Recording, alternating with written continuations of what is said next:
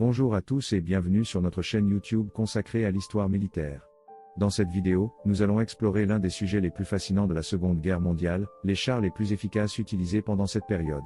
Nous allons découvrir les caractéristiques et les avantages de chaque char qui a marqué cette époque tumultueuse de l'histoire. Nous sommes convaincus que vous serez captivés par les exploits de ces engins de guerre et que vous aurez une meilleure compréhension de leur rôle dans les batailles les plus emblématiques de la guerre. Alors, installez-vous confortablement et laissez-nous vous emmener dans un voyage passionnant à travers l'histoire militaire.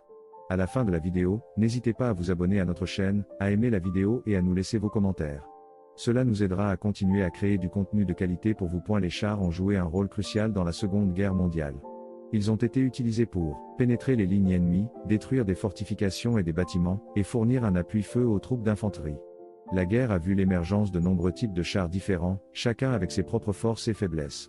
Dans cet article, nous allons explorer les chars les plus efficaces de la Seconde Guerre mondiale. Le char russe T-34 était l'un des chars les plus efficaces de la guerre.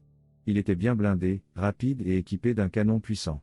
Le T-34 était également facile à produire en masse, ce qui en faisait un choix populaire pour l'armée soviétique.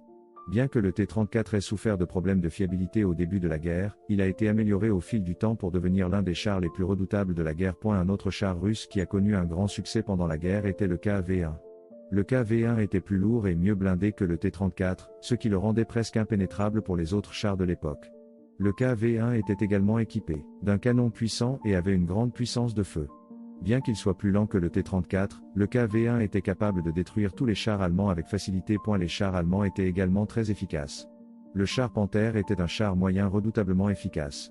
Il était équipé d'un canon de 7,5 cm qui pouvait détruire tous les chars alliés à une distance de plus de 1000 mètres. Le Panther était également rapide et bien blindé, ce qui en faisait un adversaire redoutable sur le champ de bataille. Le char allemand Tiger était un autre char très efficace. Il était équipé d'un canon de 8,8 cm, qui était l'un des canons les plus puissants de la guerre. Le Tiger était également très bien blindé, ce qui le rendait presque impénétrable pour les autres chars de l'époque.